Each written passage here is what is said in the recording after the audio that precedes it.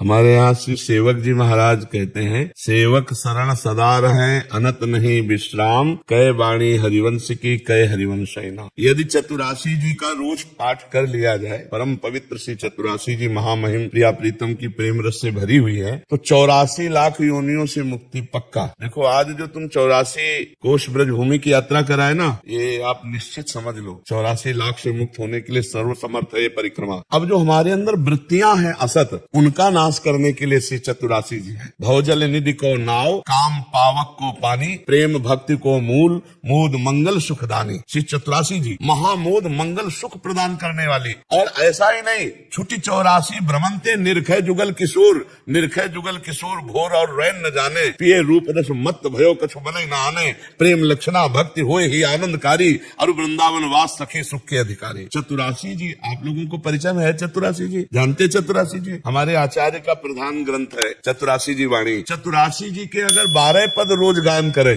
तो हफ्ता में पूरी हो जाती है, बरसते 84, और रोज पूरी गायन करे तो कहला क्या। और दूसरी बात नाम, सेवक जी ने 2 बातों पर बहुत जोर दिया है। यदि नाम च हरिवंश नाम बिसरे न छिन, श्री हरिवंश सहाय भल, हरिवंश भरोसे भय निडर, नित गर्जत हरिवंश बल। यदि चतुरासी जी का पाठ और नाम जब चलता रहे तो नाम बाणी जहां श्याम श्यामा तहां, नाम बाणी सुनत श्याम श्यामा सुबस, नाम बाणी निकट श्याम श्यामा प्रगट। नाम और बाणी अगर ये 2 पकड़ लिए जाए तो जैसे 2 पंख से उड़ करके पक्षी आकाश में यात्रा करता है, ऐसे हम नवनिवृत्त निकुंज में पहुंच जाएंगे। कुंज महल की टहल सुख, दंपति संपत्ति पाई है, जैसे रूप लाल हित प्रीति सो जो 84 गाये। तो हाँ, ये तो चतुरासी जी परिक्रमा दे आए।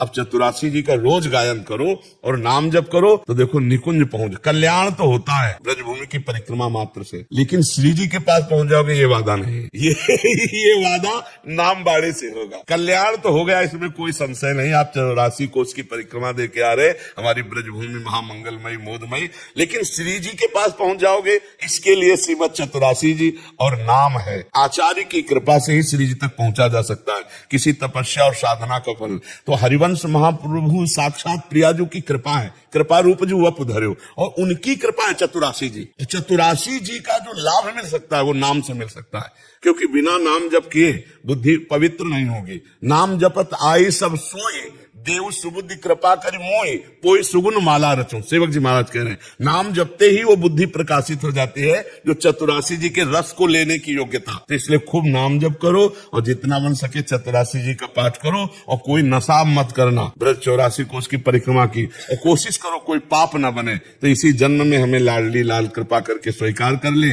आचार्यों की कृपा से निकुंज में प्रवेश हो जाए, जन्म जन्म का दुख और जन्म मरना ये सब छूट जाए। बड़ी कृपा है, और खूब नाम जप करो। देखना, वैसे आप देखो जब 84 कोष की परिक्रमा नहीं लगाए थे तब कैसा लग रहा था, अब कैसा लग रहा है? हल्का लग रहा है ना, पापलस ये। हाँ, ये परम मतलब एक आह्लाद अभी जैसे मिले, ये अगर स्वीकार कर लो कि रोज 12 पद चतुरासी जी के पढ़ेंगे और नाम का चलते फिरते उठते बैठते अभ्यास, तो आप देख लेना आपको कैसा, अगली बार मिलोगे तो फिर पूछेंगे कैसा आनंद है। नहीं, अब कोई नया पाप मत करना। जैसे कपड़ा धुल जाए ना तो बचा के रखना चाहिए, कोई दाग न लगे। तो पक्का धुल गए हो, ब्रज 84 को हमारी समर्थ श्री कृष्णमय भूमि है, तो अब आप गंदे ना हो, कोई गलत आचरण ना हो, कोई धर्म विरुद्ध आचरण ना हो, तो फिर श्री जी की कृपा होगी, नाम वाणी की कृपा होगी, हम और आगे बढ़ेंगे। हमारी यात्रा लाडली लाल तक है। जब तक राधा वल्लभ लाल जी के चरणारविंद का साक्षात्कार ना हो तब तक यात्रा अधूरी समझो। वो मैंने सुना, जैसे कि आज हम 84 कोष करके आ रहे थे तो उसमें परिक्रमा में कई मंदिरों में ये बोला जा रहा था कि 3 बार अगर तुम 84 कोष करोगे तुम तुम्हारी मानी जाएगी।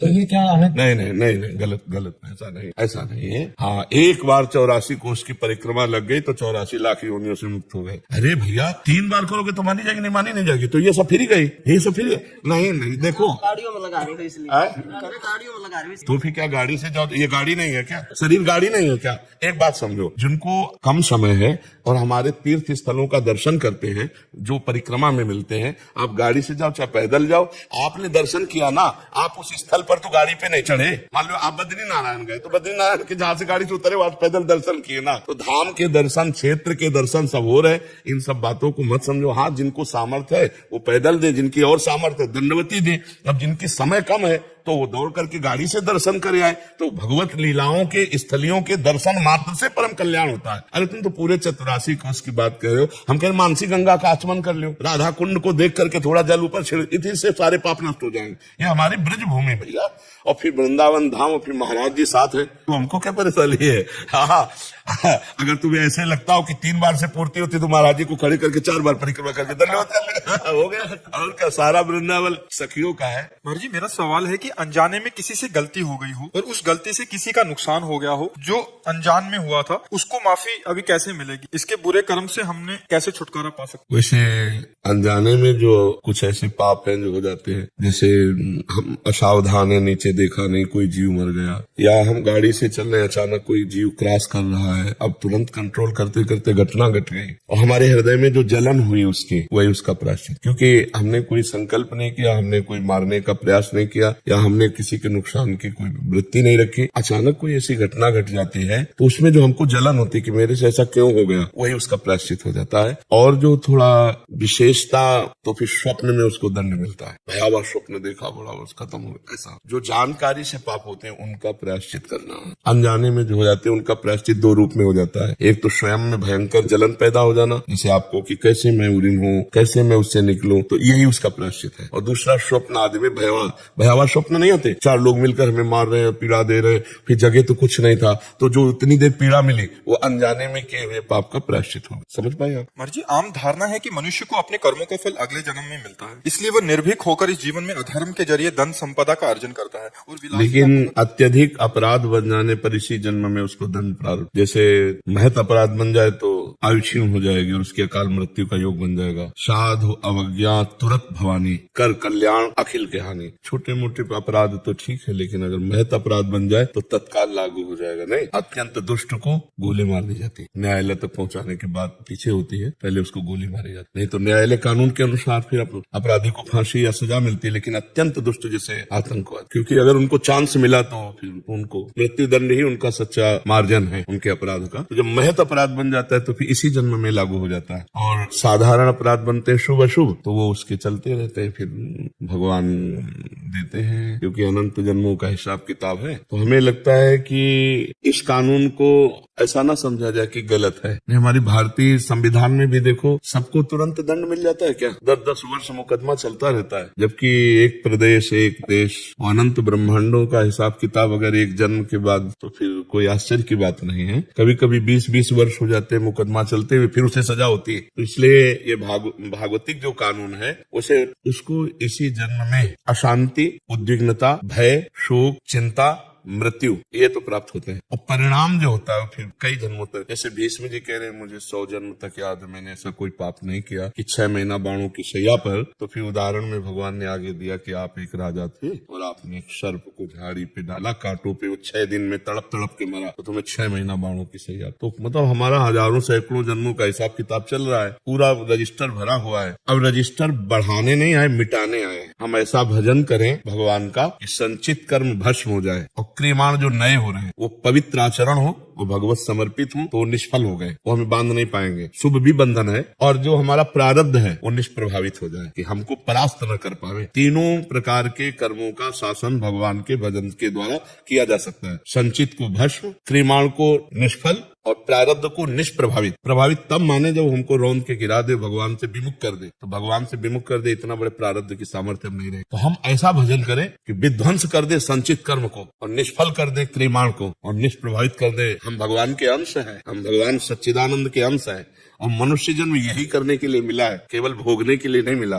केवल भोगने के लिए पशु योनियां हैं, देव योनियां हैं, मनुष्य योनि नए कर्म का। तो हम ऐसा भजन करें, ऐसा परोपकार करें, ऐसा परहित करे कि हमारा मंगल हो जाए। इसी जन्म में हम इन 3 कर्मों से मुक्त हो जाए, क्रियमाण, प्रारब्ध और संचित। तीनों से हम त्रिगुणात्मिका माया से मुक्त होकर भगवान को प्राप्त हो। किसका प्रश्न था? हाँ प्रभु। तो ये भागवतिक और हमारे भारतीय कानून को भी देखा, कहाँ तुरंत सब कुछ हिसाब किताब हो जाता है क्या? वर्षों लगते हैं। तो फिर तो भगवान का बहुत बड़ा दरबार है। पर ये जो बात बताई ना तत्काल, हाँ हमने देखा एक बदमाश जो है भाग कर आया था, जब हम शेनपुर में थे, बगीचे में बहुत बड़ा जंगल था, उसमें उसकी हालत ये थी 5 मिनट चैन से बैठ नहीं सकता। तब तक रुका क्यों? बस ना भयभीत, अशांत, उद्विग्न, विषाद युक्त। ये कर्म का ही तो फल है ना, कि चैन नहीं है, शांति नहीं है, हर समय भय लगा, कहीं से भी कोई आ सकता है, पुलिस आ सकती है, या उसकी पार्टी में विरोध हो गया था, हमारी पार्टी का ही कोई हमें मार दे, बड़ा बड़ा भय। तो मनुष्य जन्म मिला है निर्भय होने के लिए, निश्चिंत होने के लिए, निशोक होने के लिए। ये होगा भगवान की शरण में। भगवान की शरण में जो शबीत आया आवा शरणाई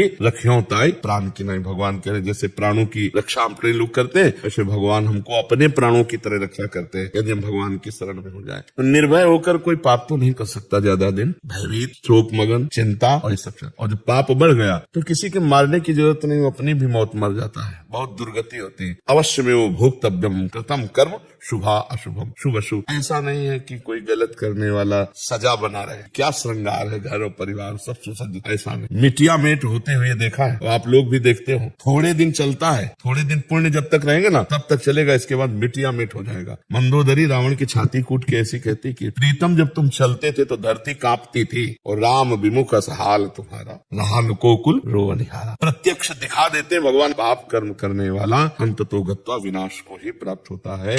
हाँ, तत्काल नहीं है, तत्काल नहीं कि आपने किसी का कत्ल किया और आप तत्काल आपका गला काट दिया, ऐसा नहीं, ना हमारे कानून में है और न भागवतिक कानून। समय का इंतजार करो, अपने आप दंड मिल जाएगा, अपने आप दंड मिल जाएगा। तुम्हारा कर्म ही तुमको दंड देगा, तुम्हारा कर्म ही तुम्हें दंड दे देगा, कोई दूसरा दंड नहीं देता, कर्म ही देता है दंड। किसी की खोपड़ी में, तुम्हारी खोपड़ी में बैठ जाएगा, तुम्हारी खोपड़ी में बैठ के तुम्हारे हाथ से तुमको जहर खवा देगा, तुम्हारे हाथ से तुमको पंखे में लटका देगा, तुम्हारे हाथ से गोली शूट करवा देगा। कर्म बलवान है, इसलिए ऐसा न मानना चाहिए कि बाद में देखा जाएगा, देखने लायक नहीं रहोगे, ऐसा दंड आता है देखने लायक। सच्ची कहते हैं पाप से डरो, वो जब फलीभूत होता है ना तो अच्छे अच्छों के भगवत प्राप्त संतों के शरीर में भी प्रारब्ध अपना प्रभाव दिखाना चाहे। रामकृष्ण परमहंस जी के गले में कैंसर, बड़े बड़े महापुरुषों के कर्म अवश्य भोगना पड़ता है। इसीलिए कोई ऐसा ना समझो कि हमने जो कर्म किया उसका फल नहीं मिलेगा। अगर कहीं डिलीट कर सकते हो तो एकमात्र भगवान का भजन है, दूसरा कोई उपाय नहीं। भजन से ऐसा होता है, अगर ऐसा ना होता तो कोई जीवन मुक्त होता ही नहीं, कोई भगवान को प्राप्त ही नहीं कर पाता, सब कर्म भोग में फंसे रहते। भगवान के नाम में इतनी सामर्थ्य है, मिटा देंगे आपके संचित कर्म को, मिटा देंगे, पक्का मिटा देंगे। बहुत बड़ा गोदाम जमा है संचित कर्म का। इसलिए नाम, भगवान का नाम जितना जप लो, इस बात को मत देखो कि वो पापी बहुत सुखी है, वो बहुत गाड़ियां और बहुत रुपया पैसा सब मिट्टी में मिल जाएगा। अब आप अविनाशी है नहीं कि आप देख सको, शरीर विनाशी है, दृष्टि प्राकृतिक है, नहीं बिल्कुल मिट्टिया में दिखाई देता है। एक दो नहीं, कई उदाहरण हमने देखे, कई उदाहरण देखे। इसी जन्म में जहाँ ताज बांध करके चलते थे, दुखिया को न सताइए दुखिया देगा रोए, और जब दुखिया के मुखिया सुने तब तेरी गति का, मिट्टी में मिल गए। इसलिए बहुत कर्म किसी को बख्शता नहीं है, इसलिए मत सोचो कि हमारा पाप कर्म कोई जान नहीं पाया, लेकिन सरकारी बैंक में जमा ब्याज सहित मिलेगा तुम्हें। अगर मिटा सकते हो तो भजन के द्वारा मिटा दो, नहीं तो भोगना पड़ेगा। अभी मिटा दो, निकल पड़ा तो भजन करते हुए भी भोगना पड़ेगा। ये भी बात है, पूर्व का जैसे बाण छूट गया वो तो लगेगा कि जो तोड़ीर में उसे भस्म कर सकते हो, तो जो संचित कर्म है वो तो भस्म हो जाएंगे, लेकिन जो प्रारब्ध बन के आ गया, अगर भजन में चित्त लगाए तो प्रभाव कम रहेगा, पर शरीर में रहेगा उसका प्रभाव। आप समझ पाए प्रभु? हम जब पूजा अर्चना सेवा करते हैं तब कुछ महिला भक्त मंदिर में बहुत कम वस्त्र परिधान करके आते हैं, उससे अंग प्रदर्शित होते हैं, अन्य भक्तों को ना चाहते हुए भी देखना पड़ता है। हम जब उनसे कहते हैं तो कहते हैं कि हमारी मर्जी, तुम्हें क्या अधिकार, वो लड़ने लग जाते हैं। महाराज जी कृपया मार्गदर्शन करें कि ऐसे मंदिर आदि में या कोई मंदिर या कहीं भी देखो, आज जो है मन और इंद्रिय की गुलामी को स्वतंत्रता माना गया है। अध्यात्म के शब्दों में भी समझेंगे आप, मन और इंद्रिय की गुलामी को स्वतंत्रता माना गया है। शास्त्र और गुरुजनों की आज्ञा को परतंत्रता माना गया है, इसीलिए प्रभाव नहीं पड़ सकता। क्योंकि भवानी शंकरो वंदे श्रद्धा विश्वास रूपिणो याभ्याम बिना न पश्यन्ति सिद्धा स्वांता स्तमीश्वरम। श्रद्धावान लभते ज्ञानम। जब श्रद्धा ही नहीं है संत और शास्त्र के वचनों में, तो मन मानी आचरण स्वाभाविक है। अब हमको अपने को बचाना है। यदि मेरी बहन हो तो क्या अपने बहन के अंगों को देखकर मुझे काम आएगा क्या? मेरी बहन बीमार हो, मेरे ही समान और कोई सेवा करने वाला न हो, यदि मैं उसे शौचाऊं, यदि उसको वस्त्र पहनाऊं तो क्या काम आ जाएगा क्या? तो मैं अपनी दृष्टि को पावन करूं। अब समाज को पावन करने की सामर्थ्य भगवान में है, या भगवान जिन संतों की वाणी से करवा दे तो है, नहीं तो असंभव सा है, क्योंकि मनमानी आचरणों का बड़ा मनोरंजन चल रहा है। शास्त्र आज्ञा का पालन करना कहीं रह नहीं गया है। हम बार बार उसी प्रसंग को फिर सामने लाते हैं एक बच्चा कई बच्चियों से बॉयफ्रेंड गर्लफ्रेंड का संबंध रखते हैं बच्चियां और ब्रेकअप करते हैं, फिर अगले फिर इसे क्या कहते हैं हमारी शास्त्रीय भाषा में? व्यभिचार। और व्यभिचारी पुरुष और व्यभिचारी स्त्री को किस भाव से देखा जाता है शास्त्र की दृष्टि में? तो संयम तो खो चुके, संयम खो चुके, पवित्रता खो चुके। अब ये लज्जाहीन मर्यादाहीन बुद्धि ये क्या ऐसा हो सदुपयोग अपने शरीर का या अपने जीवन का कर पाएगी? बस वो तो अब उनके विषय में बोलने का मतलब है अपने को गाली खवाना, अपने को गाली खवाना। तो हमें लगता है हमें अपनी दृष्टि ठीक कर लेनी चाहिए और तेरे भावे जो करे भलो बुरो संसार, नारायण तू बैठ के अपनो भवन बुहा। तो हमारा शास्त्र और हमारे गुरु जी यही उपदेश करते हैं कि अपने आप को बचा लो, बस यही खास बात है। दूसरे को बचाने चलोगे तो आप भी घसीट जाओगे। मान लो आप हर बच्ची को ऐसे ही करो तो आपके ऊपर फिर रिपोर्ट हो जाएगी कि ये गलत दृष्टि वाला है। इसलिए जिस रूप में आओ प्रभु आप ही हो। हाँ, कोई आपसे पूछे तो उपदेश दे दो, लेकिन समझने वाला कोई है नहीं, समझने वाला कोई है नहीं। हमको अपने आप को समझाना होगा। आज का समाज ये सब नौजवान भाई समझ रहे ना, हम इनके चरणों में प्रणाम करते हैं कि भैया आप हमारे ऊपर कृपा करके सुनने आए हो और थोड़ा आचरण बदल रहे हो। मतलब बहुत बड़ा एहसान हम आपका मान रहे हैं कि आप अपने आचरण सुधार रहे, आप साधु संग कर रहे, आप साधु के वचन सुन रहे। नहीं, कलिकाल है भाई, बहुत विचित्र कलिकाल है। ये तो पता नहीं कौन सी लहर चली है कि संतों के प्रति श्रद्धा हो गई। तो इसलिए अपने को सुधारा जाए, समाज को सुधारने की। नहीं, मैं अपने की बात नहीं कर रहा था। हम जब सेवा करते हैं वहाँ पे तो काम करते वक्त जब लोग आते हैं तो लोग हमें ही बोलते हैं कि पंडित जी, हम पंडित जी है, तो बोले पंडित जी आप ही उनको कोई मार्गदर्शन दीजिए, आप बोल दीजिए। हमने बोर्ड भी लगा रखे हैं लेकिन सुनते कम है। नहीं सुनेंगे, आप कहेंगे तो आपके ऊपर वचन और हो सकता है कटुता का व्यवहार हो जाए। नहीं सुनेंगे, आप सुन। पहला हमारा उत्तर था मन और इंद्रियों की गुलामी को स्वतंत्रता समझा जाता है, शास्त्र और संतों की वाणी के अधीन चलना परतंत्रता समझा जाता है। कैसे समझ में आएगी आप बता? तो इस विषय में हमें लगता है कि मौन होना ही उचित रहेगा। कोई प्रश्न करे तो उसका उत्तर दिया जा सकता है कि महाराज जी हम लोग ऐसे वस्त्र पहनते हैं, क्या ठीक है? तो फिर बोल सकते हैं क्योंकि वो जानना चाहते हैं। वो ऐसे आप बोलोगे तो फिर बहुत ही गलत हो जाएगा। बहुत ही गलत शब्द का प्रयोग हो सकता है, बहुत ही गलत शब्द का प्रयोग। हाँ, संसार का बहुत विचित्र स्वरूप है, नहीं प्रयोग हो सकता। वो आपको ही डांट लग सकती है बहुत। हाँ, इसलिए मौन अपने से कोई उत्तर देने का प्रणाली भी है ये उपदेश देने की। जब तक प्रश्न न करे तब तक उसको उपदेश न दे, नहीं वो उपदेश काम नहीं करेगा। प्रश्न करता दैन्य भाव से आरत अधिकारी जब पावे गूढ़ो तत्व न साधु दुराए। और इस विषय की व्याख्या हम कर नहीं सकते क्योंकि जब तक आप नहीं बदलना चाहेंगे, मतलब सामने वाला, तब तक ऐसे केवल फालतू बोलने से नहीं चलेगा। तो वो सामने सुधरना चाहे तो उसको हो सकता है। और नए बच्चे हैं, ये इतना ही मान ले कि गलत आचरण न करें, नशा न करें, इतना ही मान ले तो हम इनके चरण छूते हैं सब बच्चों के। हमारे भारत के भविष्य हैं, ये कोई गंदा व्यसन न करें और ये गंदे आचरणों से बच जाए। नहीं, बहुत बड़ी हानि होती है। फिर ब्लैकमेल होने लगते हैं बच्चे, फिर अपने को कंट्रोल में ना करने के कारण वो अपने को मिटा देने की सोचने लगते हैं। नए नए बच्चे कई कारणों से अपने शरीर को त्यागने की बात। थोड़ा अध्यात्म सुने, नशा न करें, व्यभिचार प्रवृत्ति से बचें और अपने आप को भारत की सेवा में लगाने योग्य बनावे, समाज की सेवा में लगाने योग्य बनावे। इतना बहुत बड़ा उपकार हो जाएगा। और देखो जैसे जैसे कलयुग बढ़ेगा तो पापाचरण बढ़ेगा, पापाचरण बढ़ेगा तो कैसे बढ़ेगा? ऐसे बढ़ेगा। मम्मी पापा से बच्चे कैसे बात करते, तुम अपनी देखो यार, हम अपनी देख लेंगे, ऐसे हमने सुना है। मम्मी पापा से कह रहे हैं ऐसे, तो हमारे अपने बाप की नहीं मानते, हमारी बात कैसे मान लेंगे? हमारी मान रहे हैं, यही बात हम प्रणाम करते हैं भैया, बहुत प्रणाम करते हैं। सुबह जब हम आते हैं ना तो हमें लगता है 80% जवान होंगे, सब नौजवान होते हैं 80%। तो देख के हमें आनंद लगता है कि अगर ये सुधरे तो भारत सुधर जाएगा। क्योंकि नौजवान मतलब भूत अवस्था होती है, नौजवान की होती यौवन ज्वर के नहीं बलकावा, इसमें कुछ नहीं यार, अपनी मस्ती से। और ये सुन रहे हैं हाथ जोड़ के, ये खड़े हैं साधु दर्शन के लिए, इसका मतलब श्रद्धा है। इसका मतलब हमारे भारत में अभी संतों और शास्त्रों के प्रति श्रद्धा है। तो जो श्रद्धा करेंगे वो तो सुधर जाएंगे, और जो श्रद्धा नहीं करेंगे तो मनमानी आचरण को सुधारना बड़ा कठिन है, बड़ा कठिन है। अगर आपको यह वीडियो अच्छी लगी है तो वीडियो को लाइक करें, कमेंट करें और चैनल को सब्सक्राइब जरूर करें। और मैं आपको मिलता हूँ कल एक और नए वीडियो के साथ। राधे राधे।